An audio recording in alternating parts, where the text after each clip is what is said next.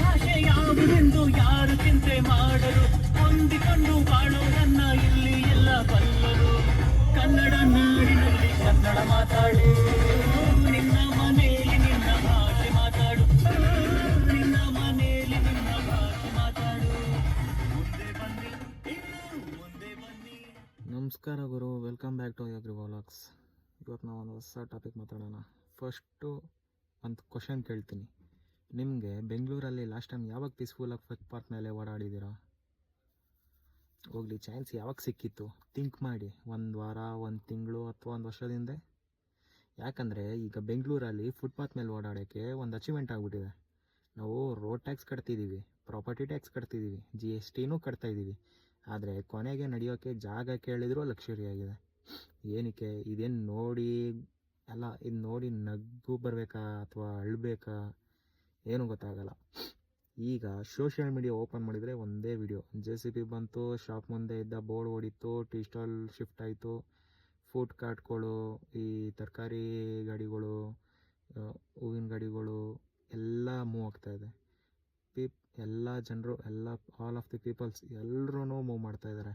ಇನ್ನೊಂದು ಕಡೆ shop owners, ವೆಂಡರ್ಸ್ಗಳು ಎಲ್ಲ ಪ್ರೊಟೆಸ್ಟ್ ಮಾಡ್ತಾಯಿದ್ದಾರೆ, ಎಲ್ಲ ಕೋಪ ಆಗಿದ್ದಾರೆ, ಎಲ್ಲರೂ ಡಿಬೇಟ್ ಮಾಡ್ತಾಯಿದ್ದಾರೆ.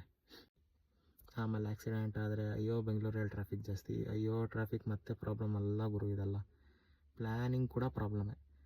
ಒಮ್ಮೆ ನಾನು ಒಂದ್ಸಲ ವಾಕಿಂಗ್ ಹೋಗ್ತೀನಿ ಅಂತ ಅಂದರೆ ಫುಟ್ಪಾತ್ ಕ್ಲೀನ್ ಇತ್ತು, ನನಗೆ ಖುಷಿ ಆಗ್ತಿತ್ತು. ಇವತ್ತು ಫೈನಲಿ ಸೇಫಾಗಿ ವಾಕ್ ಮಾಡ್ತಾಯಿದ್ದೀನಿ ಅಂತ 5 ಸ್ಟೆಪ್ಸ್ ಹೋದ್ಮೇಲೆ ಒಂದು ಬೈಕ್, ಮತ್ತು 2 ಸ್ಟೆಪ್ಸ್ ಹೋದ್ಮೇಲೆ ಒಂದು ಪಾನಿಪುರಿ ಅಂಗಡಿ. ಬೆಂಗಳೂರಲ್ಲಿ ಒಂದು ಫನಿ ರೂಲ್ ಇದೆ, ಏನನ್ಸುತ್ತೆ? ಬೈಕ್ ಓಡಿಸೋದು ರೋಡ್ ಮೇಲೆ ಅಲ್ಲ, ಬೈಕ್ ಪಾರ್ಕ್ ಮಾಡೋದು ಫುಟ್ಪಾತ್ ಮೇಲೆ, ವಾಕಿಂಗ್ ಮಾಡೋದು ರೋಡ್ ಮೇಲೆ. ಅದ್ಭುತ ಮ್ಯಾನೇಜ್ಮೆಂಟ್ ಅಲ್ಲ. ಇತ್ತೀಚೆಗೆ ಗೌರ್ಮೆಂಟ್ ದೊಡ್ಡ ಮಟ್ಟದಲ್ಲಿ ಕ್ಲಿಯರೆನ್ಸ್ ಡ್ರೈವ್ ಶುರು ಮಾಡಿದೆ. ಅನೇಕ ಕಡೆ ಇಲ್ಲಿಗಲ್ ರ್ಯಾಂಪ್ಸ್, ಬೋರ್ಡ್ಸ್, ಶೇಡ್ಸ್, ಎಕ್ಸ್ಟೆನ್ಷನ್ಸ್ ಎಲ್ಲ ರಿಮೂವ್ ಮಾಡಿದೆ. ಕೆಲವರು ಹೇಳ್ತಿದ್ದಾರೆ ಫೈನಲಿ ಒಳ್ಳೆ ಕೆಲಸ, ಇನ್ನು ಕೆಲವರು ಹೇಳ್ತಾ ಇದ್ದಾರೆ ನಮ್ಮ ಲೈವ್ಲಿಹುಡ್ ಏನು ಅಂದರೆ. 2 ಕ್ವಶನ್ ಕರೆಕ್ಟಾ ನೋಡಿ. ನಾನು ವೆಂಡರ್ ವಿರೋಧ ಅಲ್ಲ, ನಾನು ಯಾವುದೇ ಅಂಗಡಿಗಳ ವಿರೋಧ ಅಲ್ಲ. ಫುಟ್ಪಾತ್ ಮೇಲೆ ಯಾರ್ಯಾರು ಅವರು ಜೀವನಗೋಸ್ಕರ ಇದ್ದಾರೆ, ಏನೋ ಒಂದು ಬಿಸ್ನೆಸ್ ಮಾಡ್ತಾಯಿದ್ದಾರೆ, ಅವ್ರ ವಿರೋಧ ನಾನಲ್ಲ.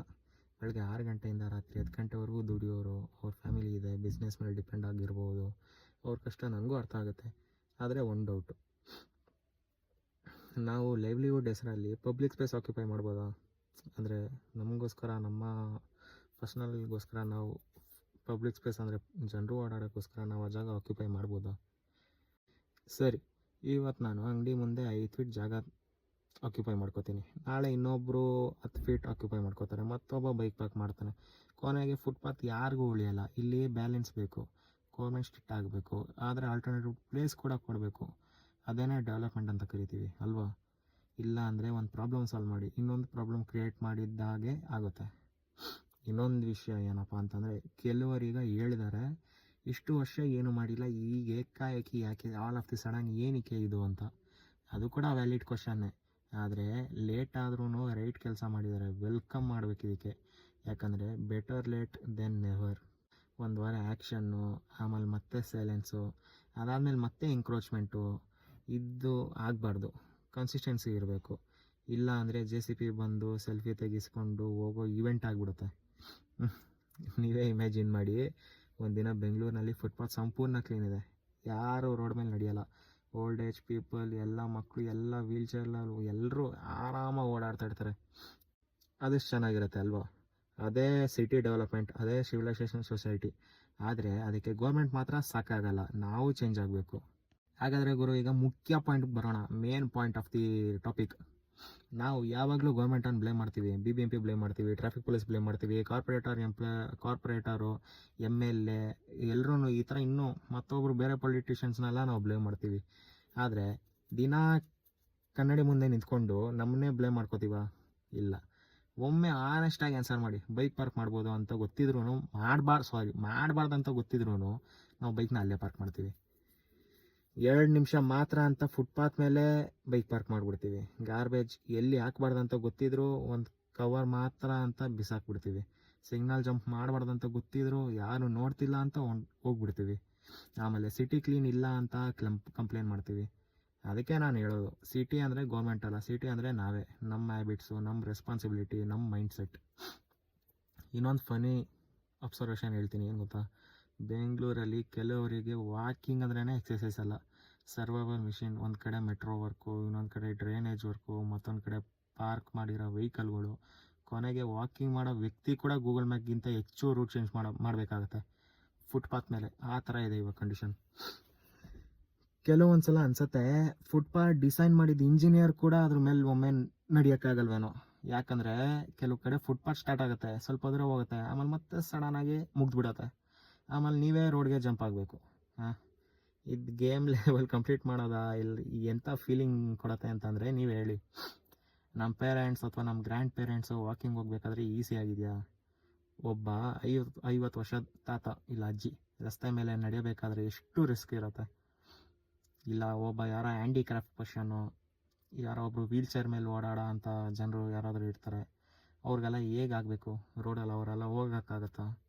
ಇದು ಕೇವಲ ಎಂಕ್ರೋಚ್ಮೆಂಟ್ ಇಶ್ಯೂ ಅಲ್ಲ ಗುರು, ಇದು safety issue, respect issue, public space issue, ಆಯಿತಾ?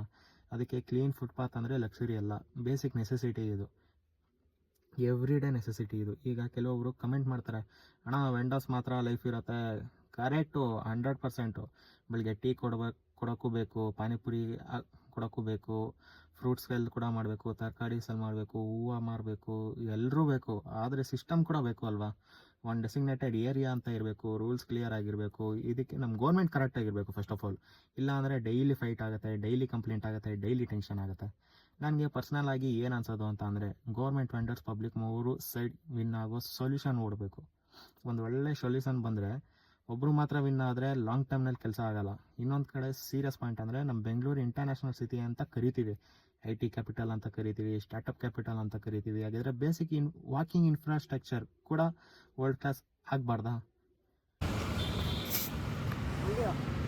ವಿಡಿಯೋ ಯೂಟ್ಯೂಬು ಅಯ್ಯಾಗಿರುವ ವ್ಲಾಗ್ಸ್ ಅಂತ ಐತೆ ನೋಡ್ರಿ. ಹಾಂ, ಇನ್ಸ್ಟಾಲೂ ಇದೆ, ಇನ್ಸ್ಟಾಗ್ರಾಮಲ್ಲೂ ಅಯ್ಯಾಗಿರುವ ವ್ಲಾಗ್ಸ್ ಅಂತ ಇದೆ ನೋಡಿ. ಫಾಲೋ ಮಾಡಿ, ಸಬ್ಸ್ಕ್ರೈಬ್ ಮಾಡಿ, ಬರ್ತೀರಾ ವಿಡಿಯೋಲಿ.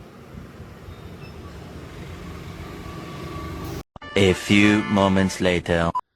ಫಾರಿನ್ ಕಂಟ್ರೀಸ್ ಎಕ್ಸಾಂಪಲ್ ಕೊಡಲ್ಲ, ಮೊದಲು ನಮ್ಮ ಸಿಟಿಯನ್ನೇ ಇಂಪ್ರೂವ್ ಮಾಡೋಣ. ಯಾಕಂದರೆ ಡೆವಲಪ್ಮೆಂಟ್ ಅಂದರೆ ದೊಡ್ಡ ಫ್ಲೈಓವರ್ ಮಾತ್ರ ಅಲ್ಲ, ಇಲ್ಲ ದೊಡ್ಡ ಮೆಟ್ರೋ ಸ್ಟೇಷನ್ ಮಾತ್ರ ಅಲ್ಲ.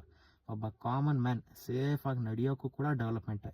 ಒಬ್ಬ ಸ್ಕೂಲ್ ಮಗು ಯಾರೇ ಆಗಿರಲಿ, ಸ್ಕೂಲ್ಗೆ ಹೋಗೋದು ಕೂಡ ಒಂದು ಡೆವಲಪ್ಮೆಂಟೇ.